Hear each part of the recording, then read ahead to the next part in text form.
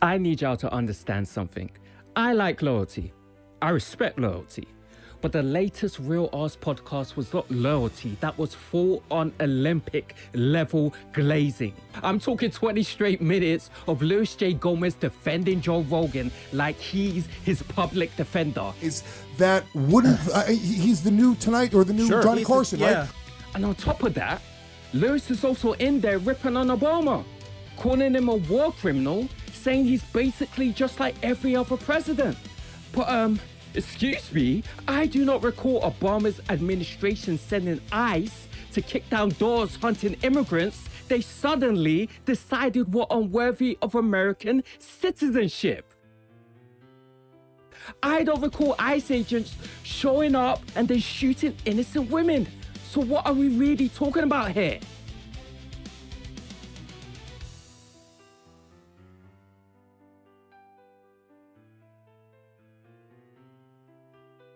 Luis J. Gomez might need to stretch before recording real-ass podcasts these days, because the way he was bending over backwards to defend Joe Rogan in his latest episode was an athletic performance. I'm talking Olympic-level glazing.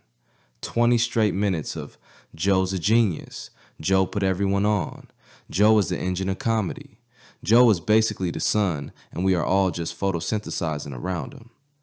At one point, I thought Lewis was about to pull out a ring and ask Joe to make it official. And what makes this extra funny is, I literally just made a video talking about some of the stuff circling around Lewis in the comedy world. And now he drops this episode where he's basically running PR for the Rogan sphere like he's on retainer. Zach Amico is sitting there, Tony Yayo can barely get a word in, and one of the guests actually tries to push back and defend Mark Maron and even Jeselnik a little, but it does not matter. Lewis is locked in. Tunnel vision. Full worship mode. You can see the veins in his forehead pulsing with loyalty.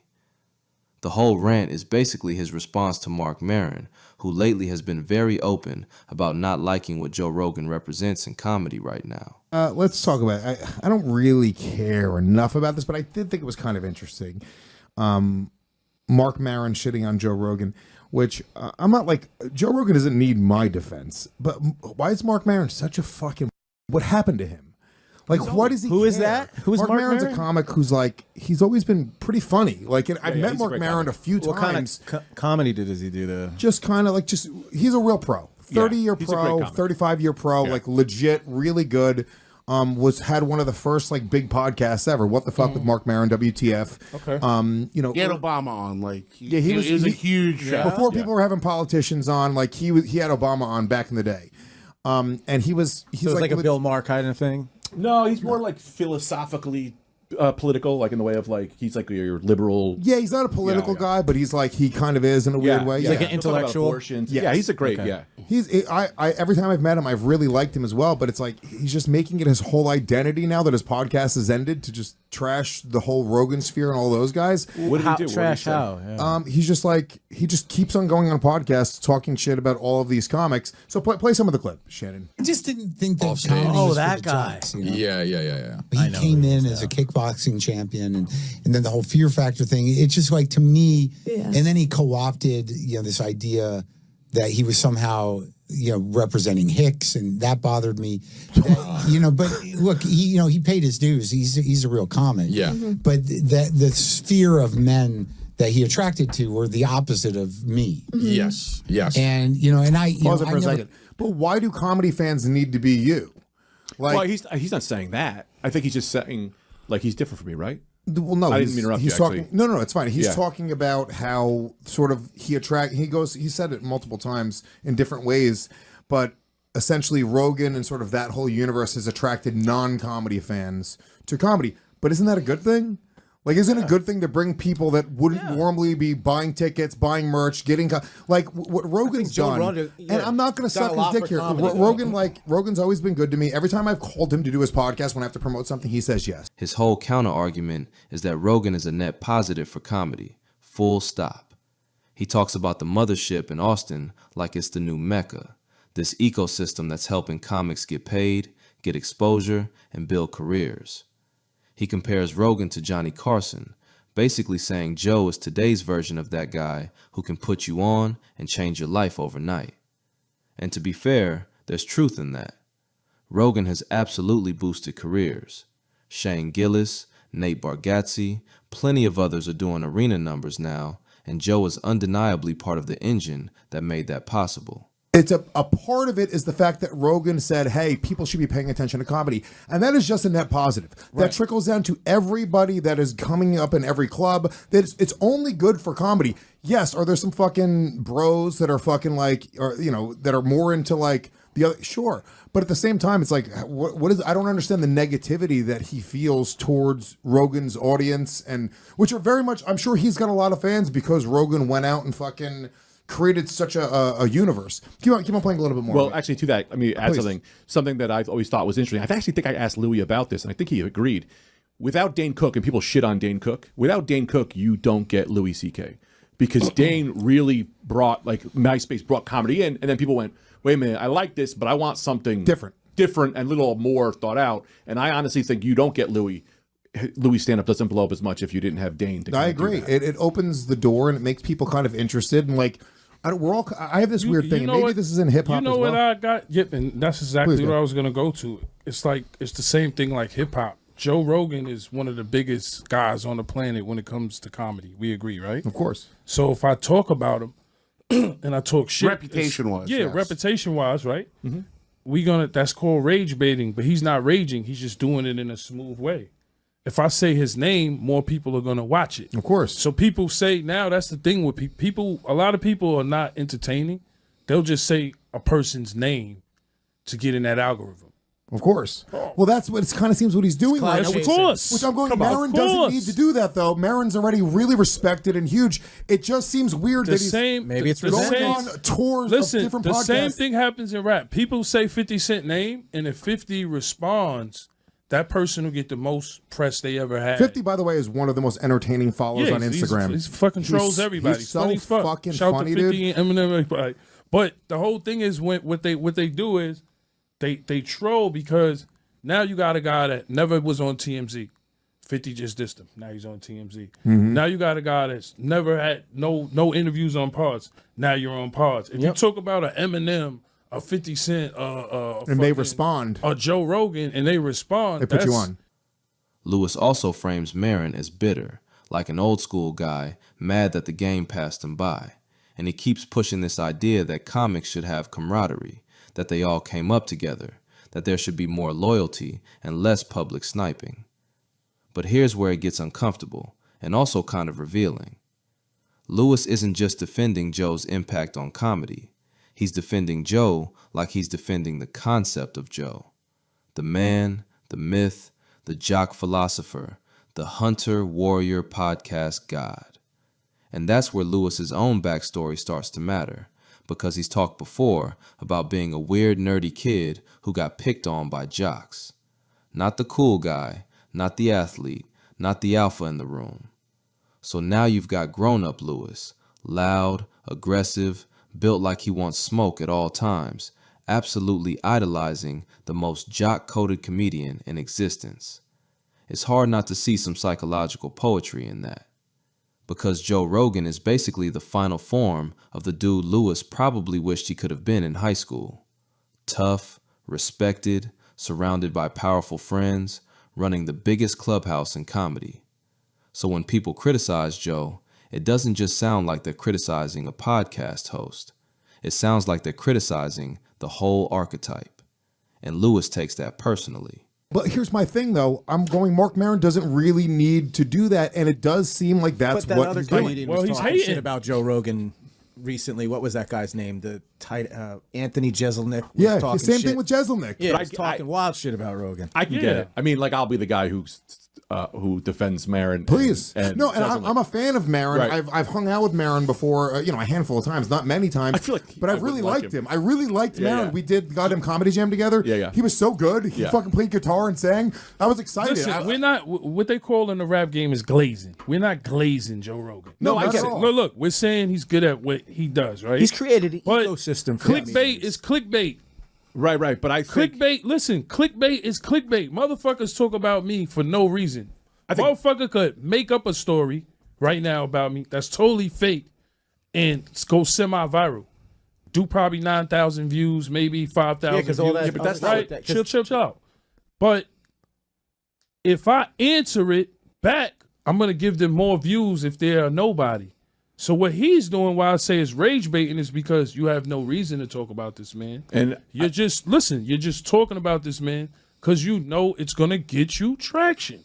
I disagree. Let me tell you why. And I agree with you. How? I agree and disagree. I think if you're someone who's wanting to bit their podcast, You and have blow up, some fucking balls, Yes? Tony. No, I I'm don't- so sorry. Whatever you're saying, I I don't know why I'm getting so passionate right now. I apologize. I didn't actually. No. you know, No, it's just I because know I- what you're saying. It's a Right, right, right. conversation. Cool, I'm Yeah, gonna yeah. give you a counterpoint. No, well, the thing is with Marin and Jeselnik, these guys are comedy. They love. I'm giving them the benefit of the doubt is that they love comedy. And if I'm going to be honest, I don't think Rogan is great at comedy, like stand-up comedy. And let's be honest. We not Okay. look Pause it. we Hang on, not. let me look, finish, let me hold- finish. let me just say one thing, not I to think cut you Rogan's off. a genius, and Look. I think the mothership is incredible. and- That's what I'm saying. Is he's saying he's giving you the mothership experience. I went to the first time to the mothership in Austin, like a couple of weeks ago.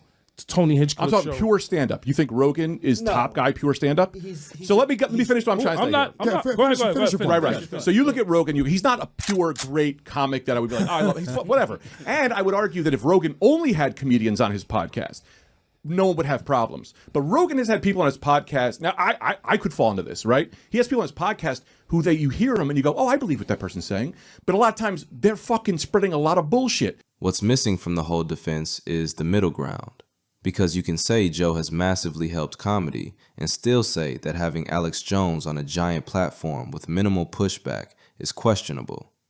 You can respect what he's built and still think he's not the greatest stand-up of all time. You can acknowledge that podcasts are entertainment and still say that influence changes expectations, whether you ask for that influence or not. But Lewis isn't really interested in that nuance. This is not a balanced take. This is loyalty speech.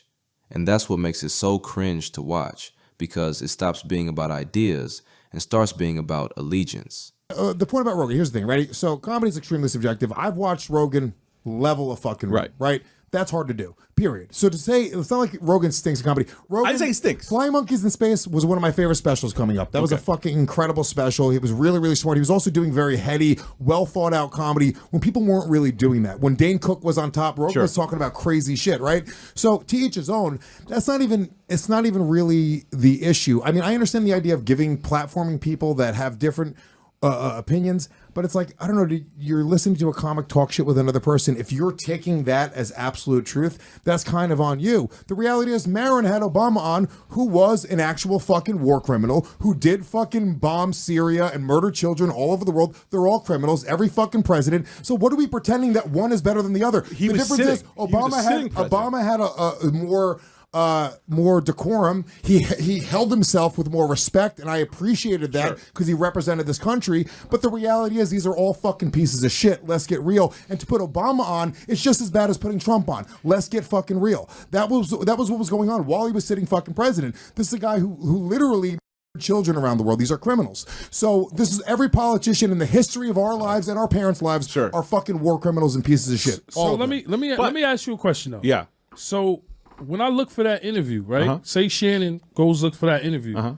What do you think it's going to say on the lines? It's not going to say anything else about the interview. It's going to say that he said something about Joe Rogan. Of course, do you it's why agree we're that or talking not? about it. Yeah. Right. So That's rage bait and clickbait. It's You like, know I'm not- that you know that I'm a not- person is going to check that even more because he said something about Joe Rogan. That's all I'm saying. I'm not 100% disagreeing with you, but I do think that maybe he is trying to push back, and he knows he gets something from that, but it's not like completely manufactured. I think he does believe the things he's saying. It's just weird that Marin, who is widely respected, is making it a point that after he ends his podcast too, that's the thing that he talks about on every show. Joe Rogan The is same taking thing it happened with Jeselnik. Rogan's uber and he had a successful. special to promote, right? And it just seems I'm disappointed in those guys because the reality is I'm an old school comedy fan, right? So I have this thing, and maybe it's the same thing in hip hop. I don't know, but like if you're in it with me, you're in it with me. Marin and Rogan are actually kind of two sides of the same old Comedy Store coin. Same era, same outlaw comedy influences, same grind, totally different outcomes. Marin went more political and introspective. Rogan went full open mic philosophy and built the biggest platform in the game. One guy is doing podcasts about feelings and trauma. The other is hosting fight companions and talking about chimpanzees ripping faces off. It makes sense that their audiences and values don't line up. That doesn't automatically mean one is evil and the other is jealous. It just means they took different paths. So when Lewis frames this as Maron being bitter and Rogan being the pure savior of comedy, it feels like he's simplifying a way more complicated reality because it's emotionally easier. It's easier to say Joe is good, critics are haters, than to admit that power, influence, business, and culture all collide in messy ways, and no one comes out looking perfectly clean. I don't care if you're a fucking open micer. I don't care if you're a pro that's been doing it for 30 years.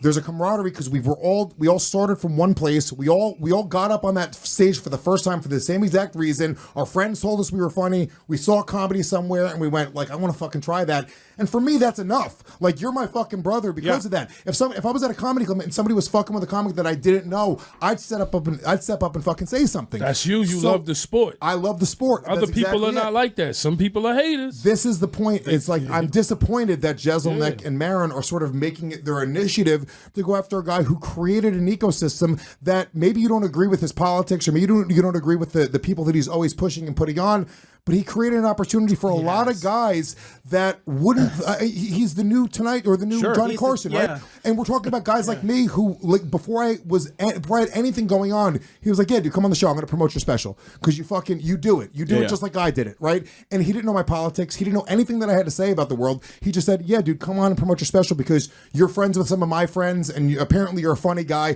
and I want to push funny people out there." And he's had plenty of people that are on the left, plenty of people on the right.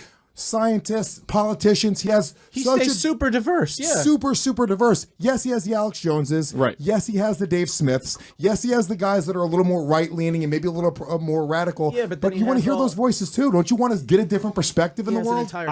So here's the thing. So Maron wasn't having those guys on though. At the end of the day, this episode didn't make Joe Rogan look bad. Joe wasn't even there. It mostly made Lewis look like the most loyal soldier in the Rogan army, ready to jump on any grenade thrown in Joe's direction.